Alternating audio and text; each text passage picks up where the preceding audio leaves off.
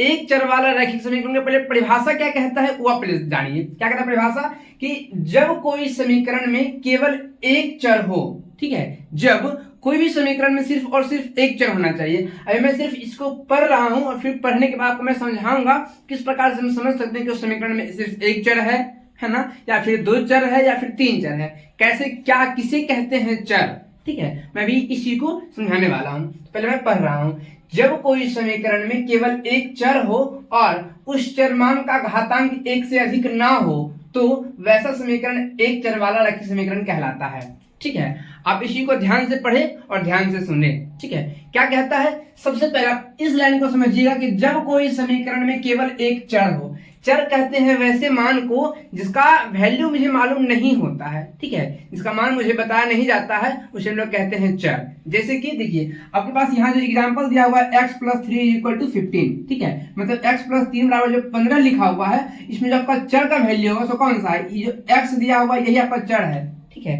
x y z a b c p q m n ये सब चीज जो होता है सो चर वैल्यू होता है, ठीक है। आप इसी को समझ सकते हैं क्योंकि क्या होता है बाबू कि सभी प्रश्न में इस x का वैल्यू अलग अलग होता है। जैसे देखिए यहाँ पे लिखा हुआ है x + 3 = 15 और इस क्वेश्चन में लिखा हुआ है x - 2 = 10। तो इस क्वेश्चन पहले क्वेश्चन में जो x का वैल्यू आएगा सब कुछ और आएगा, जबकि इस क्वेश्चन में जो x का वैल्यू आएगा सब कुछ और आएगा। मतलब कि प्रत्येक जगह देखिए x का वैल्यू चेंज हो जा रहा है ना। तो इस प्रकार से हम समझ सकते हैं कि भाई जो भी वैल्यू मुझे मालूम नहीं होता है, ठीक है, हम लोग उसी को बोलते हैं क्या चीज, चर मान होता है, ठीक है। तो आपको यहां से समझ में आ गया होगा कि जब कोई समीकरण में केवल एक चर हो, ठीक है, सिर्फ देखिए एक ही चर यहाँ पे दिया हुआ है, सिर्फ x दिया हुआ है, अगर प्लस माइनस चिन्ह देने के बाद वहां पे y लिख देता, z लिख देता, m n कुछ भी और कुछ मतलब इसके अलावा कुछ और दिखाता, मतलब यहाँ पे हो जाता है वो दो चर तीन चर, ठीक है, जितना चर देगा उतना चर वाला कहलाएगा समीकरण। तो आपको यहाँ समझ में आ गया होगा कि जब कोई समीकरण में केवल एक चर हो यही कहलाता है केवल एक चर, ठीक है, और उस चर के मान का घातांक एक से अधिक ना हो। घातांक में क्या होता है, देखिए ध्यान से, घातांक, पहले आप घातांक वाले शब्द को अच्छे से तोड़िए। घातांक मतलब क्या होता है, घातांक यहाँ पे जो लिखा हुआ है घातांक, ठीक है, घातांक का मतलब ही होता है घात का अंक। ध्यान से बात को ध्यान दीजिएगा, घात का अंक। तो घात मतलब क्या चीज, x + 3 = जो 15 लिखा हुआ है, x + 3 = लिखा हुआ है क्या चीज, 15। घात कहते हैं इसके ऊपर जो पावर होता है, मतलब x के ऊपर पावर कुछ नहीं, मतलब एक यहाँ पे दिखाया जा रहा है। तो यही घातांक एक से अधिक नहीं होना चाहिए, ठीक है। अगर एक से अधिक हो गया तो फिर वो कहला जाएगा द्विघात, त्रिघात, चतुर्थ घात, जितने घात मतलब यहाँ पे जितना पावर दिया रहेगा, जितना घात का अंक रहेगा, हम लोग उतना घात वाला सुसमीकरण कह देंगे, ठीक है। तो अगर सिर्फ एक ही घात है इसको हम कहते हैं रैखिक, है ना। अगर एक से अधिक हो गया, जैसे दो घात हो गया उसको कहेंगे हम द्विघात, अगर तीन घात होगा तो फिर त्रिघात, चार घात होगा तो फिर चतुर्थ घात, ये ठीक है। इस प्रकार से हम लोग उसको नामकरण करते हैं। यहाँ पे घात एक है मतलब कि कहलाएगा रैखिक या फिर एक घातीय, आप जैसे इसको कह सकते हैं वो आपकी इच्छा है, ठीक है। यहाँ से हम लोग ये चीज समझ चुके हैं कि जब कोई समीकरण में केवल एक चर हो और उसका चर मान का घातांक एक से अधिक नहीं होना चाहिए तब वैसा समीकरण ही एक चर वाला रैखिक समीकरण कहलाता है, ठीक है। आपको यहाँ से ये चीज तो समझ में अब आ गया होगा। अब इसके बाद देखिए आपके पास यहाँ पे जितने भी एग्जाम्पल दिए हुए हैं सबके सब एक चर वाले रैखिक समीकरण का ही उदाहरण है।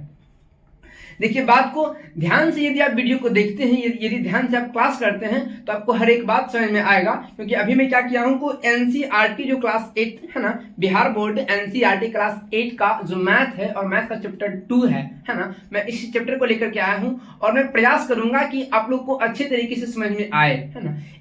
इस चैप्टर में जितने प्रश्न दिए हुए हैं मैं सभी प्रश्नों को सोल्व करके आप लोग को दिखाने वाला हूं और आप लोग से भी सोल्व करवाने वाला हूं।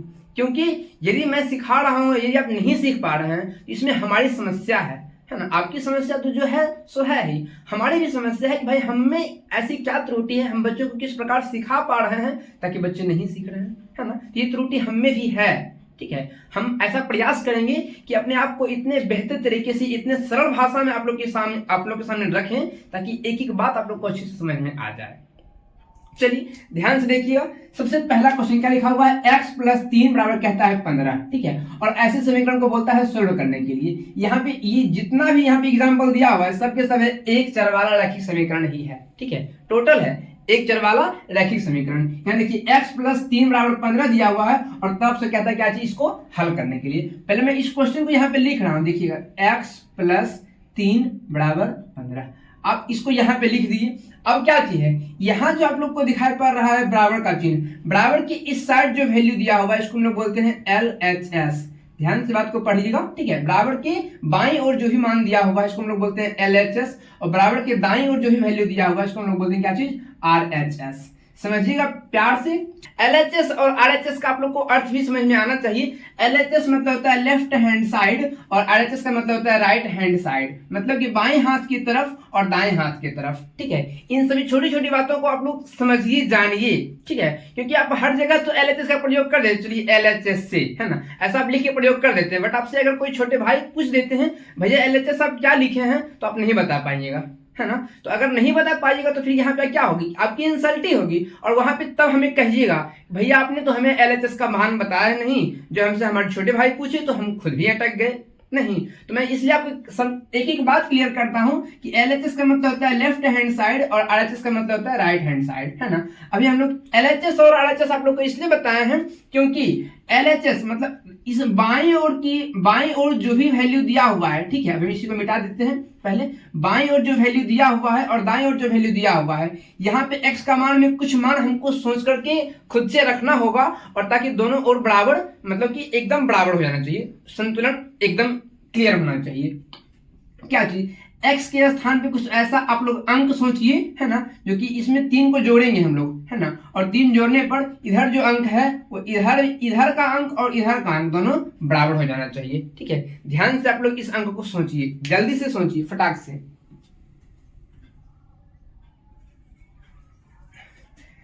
चलिए, समझ पाए होंगे, यदि नहीं समझ पाए तो कोई दिक्कत नहीं है, मैं आपको अभी इस चीज का मान निकालने के लिए बता देता हूँ। क्या चीज, x प्लस 3 बराबर अगर 15 दिया हुआ होता है ना, आप इस बात को लिखिएगा। यहाँ पे सबसे महत्वपूर्ण बात यहाँ पे ये होता है कि जब भी किसी रैखिक समीकरण को हम लोग हल कर रहे होते हैं, जब भी किसी समीकरण को हल कर रहे होते हैं, तो उसमें एक बराबर का चिन्ह होता है, ठीक है। इस बात को आप लोग ध्यान से सुनिएगा, मैं आपको ये बहुत ही महत्वपूर्ण बात बता रहा हूं।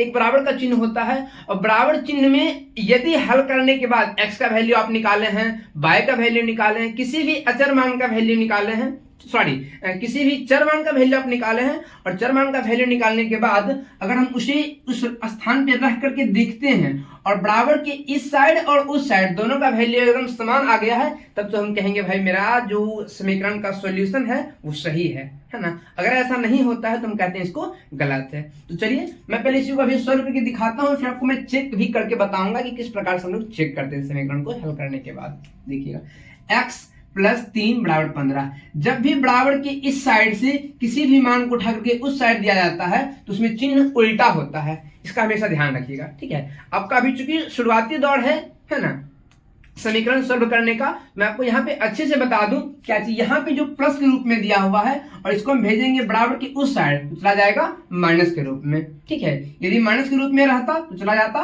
प्लस के रूप में। इस चीज को आप अच्छे से ध्यान दीजिएगा, ठीक है। तो अभी मैं क्या बताया आपको कि प्लस के रूप में रहने पर उधर जाएगा, कहाँ चल जाएगा, माइनस में। यहाँ बचेगा सिर्फ x, लिखेंगे सिर्फ x बराबर, यहाँ क्या हो जाएगा, प्लस में 3 था उसको भेज रहे उस साइड, कहाँ चला जाएगा, माइनस में, मतलब कि 15 और माइनस 3, तो x का जो वैल्यू आने वाला है कितना आ जाएगा, 12, है ना, कितना आएगा, 12। अब मेरे पास यही होगा इस समीकरण का सॉल्यूशन। इसमें जो चर मान दिया हुआ है x, उसमें x का वैल्यू 12 आने वाला है। तो हम क्या करेंगे, इस समीकरण में टोटल में जहां पे x लिखा हुआ वहां पे हम 12 रख के चेक करते हैं। अगर इधर के वैल्यू के बराबर आ गया तो मेरा समीकरण सॉल्व, मतलब सही है, इसका सॉल्यूशन। अगर नहीं आता है तो हम कह सकते हैं गलत है। देखिए यहाँ पे x लिखा हुआ था, x के स्थान पे हम लोग क्या लाए हैं, 12, तो 12 को यहाँ पे रख के चेक करेंगे, 12 प्लस 3 कितना होता है, 15। तो इधर मेरे पास आ गया 15 और इधर भी 15, आ तो गया दोनों बराबर, इसलिए मेरा ये जो समीकरण का सॉल्यूशन है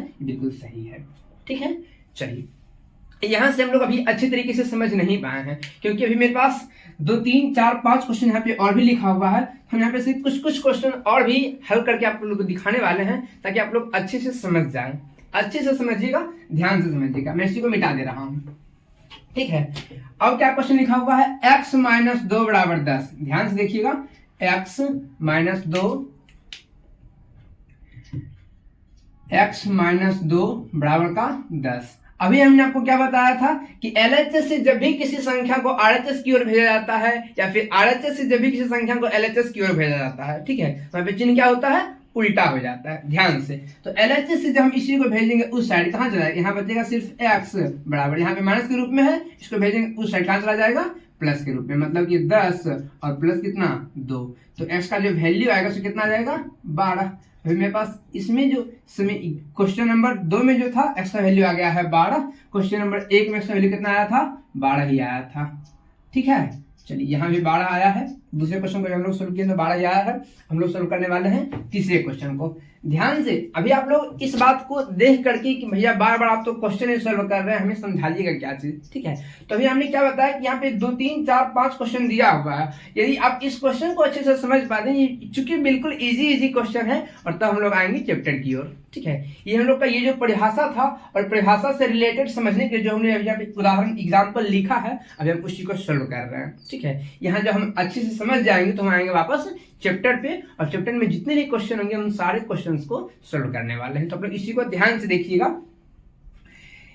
x प्लस 9 बराबर 6 लिखा हुआ है, देखिए x प्लस 9 बराबर 6, ठीक है। ये क्वेश्चन नंबर 3 का क्वेश्चन है, ठीक है, क्वेश्चन नंबर 3 है लिखा हुआ। अभी हमने आपको 1 नंबर क्वेश्चन में भी देखिए सेम ऐसा ही है, x प्लस 3 बराबर 15 था, तो इसका हम लोग कितना लाए थे 12। अब यहाँ क्या लिखा हुआ x प्लस 9 बराबर 6, तो इसका वैल्यू यहाँ पे कितना आने वाला है, आप लोग ध्यान से सोचिएगा, समझिएगा, ठीक है। थोड़ा सा उससे हम अलग दिए हैं, थोड़ा सा अलग दिए हैं। यहाँ पे जो घटने की प्रक्रिया, यहाँ देखिए क्या चीज था, यहाँ छोटा अंक था, यहाँ से उस साइड जब गया था तो फिर घट गया था, आसानी से घट गया था। यहाँ पे क्या चीज है कि इससे बड़ा अंक यही वाला है ना, घटने की प्रक्रिया यहाँ भी होगी, ठीक है, यहाँ भी घटना ही है, क्योंकि प्लस के रूप में इस साइड हमें दिखाई दे रहा है, ठीक है, तो उधर जाने पर घटना ही होगा। लेकिन अब घटाने के क्रम में आपको ये चीज समझना होगा कि जब भी कोई छोटा अंक में हम बड़े अंक को घटाते हैं तो कैसे करते हैं, क्या करना होता है, सो ठीक है। यदि आपके शिक्षक आपको नहीं बता पा रहे हैं या फिर आप समझ नहीं पा रहे हैं कि छोटे अंक में जब हम बड़े अंक को घटाते हैं तो कैसे हो पाता है, तो आइए ना आप मेरे पास समझिए